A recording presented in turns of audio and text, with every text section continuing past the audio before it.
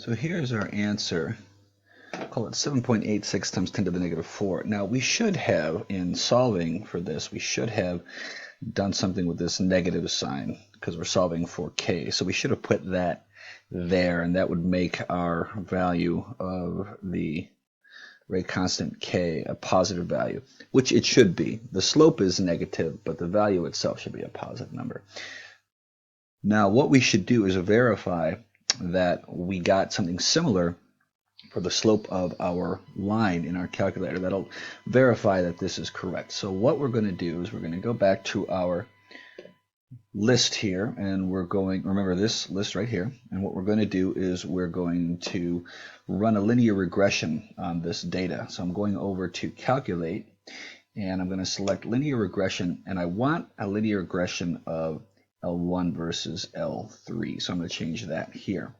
This should give us a value for our slope that is, if not identical, very similar to the one that we got by solving. And it should be a negative number because the slope is negative.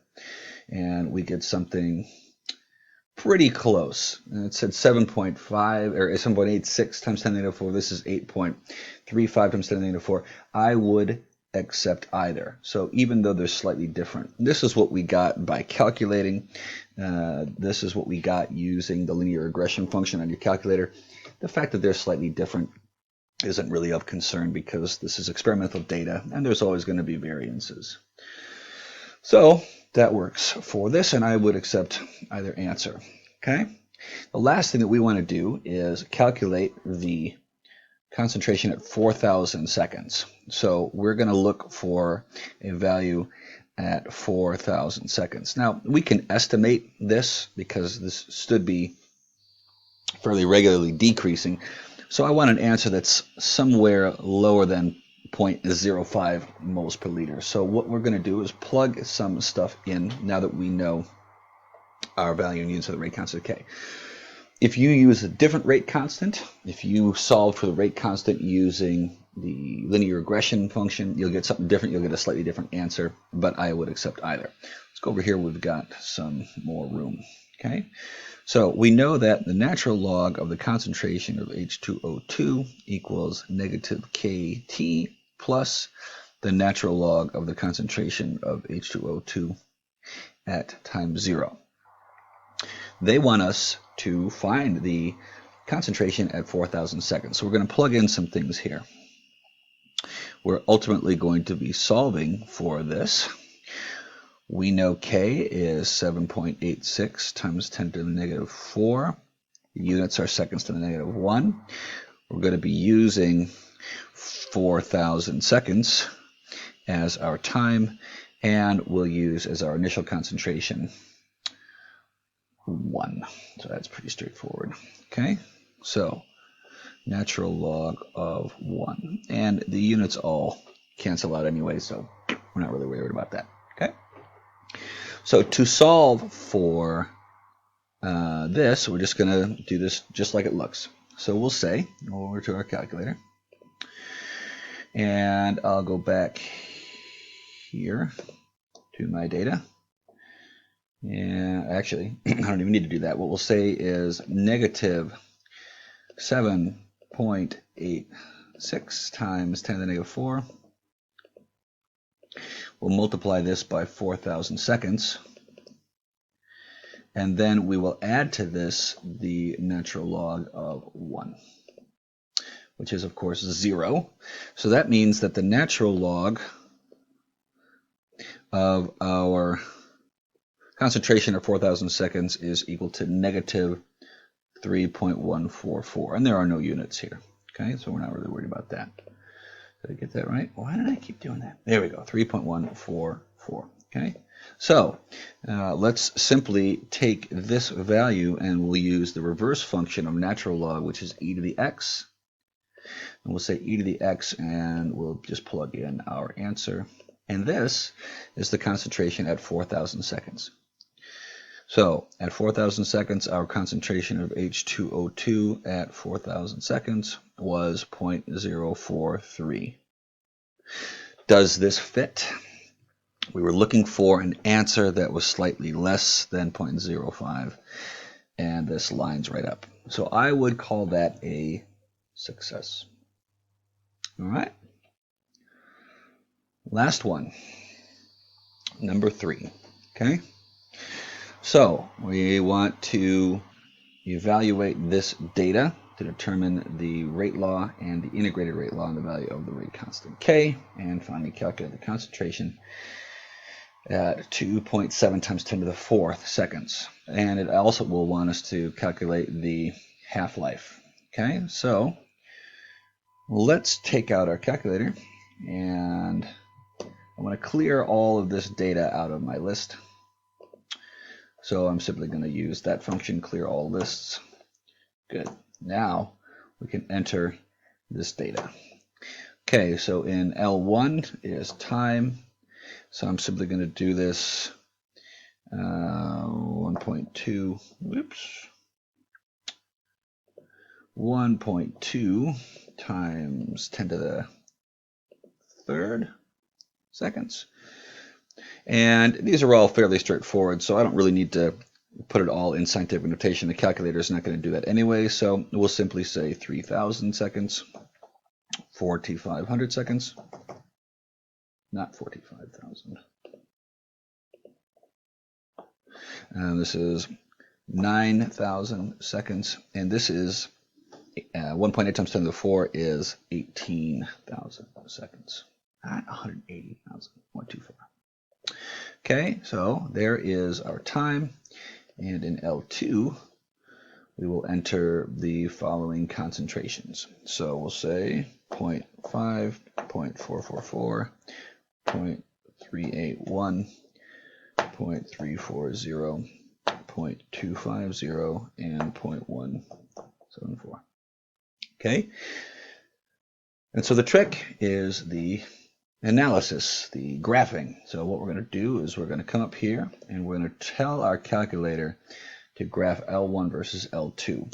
It's already set up in plot 1. We just have to turn it on, and we want to make sure that plot 2, which is currently on and is graphing L1 versus L3, is off. Well, we might get to that eventually, but who knows. Okay, so now that we have this set up, we're going to hit graph, and let's zoom to the data. This will tell us if it is a 0 order reaction or not, and it clearly isn't, because that is not a straight line. So we're going to tell our calculator to graph L1 versus L3. What is L3? We're going to instruct the calculator to take the natural log of everything that is in L2. And now let's go back to our settings. Let's take plot 1, turn this one off, and take plot 2, which is already set up to graph L1 versus L3. Let's turn that one on, and we'll graph. Zoom to the data. This will tell us if it is a first order reaction. And it isn't. It's close to a straight line, but not quite. So I'm going to tell my calculator to go one step further. I'm going to tell the calculator to graph the L1 versus, which is time, versus the inverse of L2. So in L4, I'm going to tell the calculator to take everything that's in L2 and invert it. So I tell the calculator L2, which is concentration.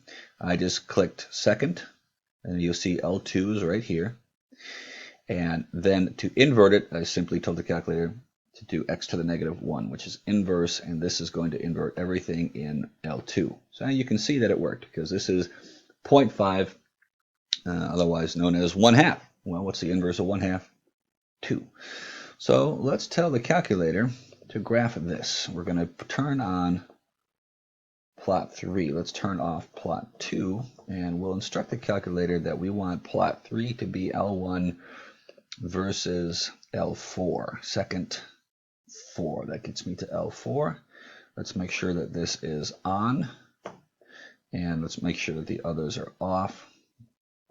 So that one is, plot 2 is off, and plot 3 is on.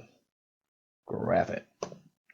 And we'll zoom to the data, and this will tell us if the reaction is second order. And that, ladies and gentlemen, is a straight line. Okay? So it's clearly a second order, which means that the differentiated rate law is going to look like this. Rate equals K times the concentration of NO2 to the second. And that the integrated rate law is going to look like this. 1 over the concentration of NO2 is equal to KT plus the inverse of NO2 at time 0. Okay? So let's get the value of the rate constant K. That's this guy. There's no negatives to deal with here. So to solve for K, we're simply going to take 1 over NO2. We're going to subtract this, the inverse of NO2 at time 0, over time, which means we'll pick a time. So I'll just pick the first one, that guy right there. So K is equal to 1 over the concentration of NO2 at 1,1200 seconds, which is 0.444 moles over liters. Subtract from this the initial concentration, which is 0.5 moles per liter, and we're going to divide that by 1,200 seconds. That means that our units will be liters over moles seconds, because these guys are going to invert. So we'll tell our calculator to take 0.444 inverted minus 0.5 inverted. Then we're going to divide all that by 1,200 seconds. And this is our value in units of the rate constant K, equals, turn that out too fast, 2.1 times 10 to the negative 4 liters over moles seconds. Okay? So there's a couple things it wants us to do with this. One, it wants us to calculate the concentration of NO2 at 2.7 times 10 to the 4th seconds. Okay, so what we expect is that this answer should be slightly less than 0.174. So to do that, we're simply going to say inverse of NO2 is equal to the rate constant K, which we now know, 2.1 times 10 to the negative 4th liters over moles seconds. So we're going to plug in our time, 2.7 times 10 to the 4th seconds. You could leave it like that or write it as 27,000, plus the inverse at time 0, which is 0.5 moles per liter. Okay, so busting out our calculator, we'll say, well, it's right there. So we're simply going to take that answer, we're going to multiply that by 2.7 times 10 to the 4 seconds. And then we'll add to that the inverse of 0.5.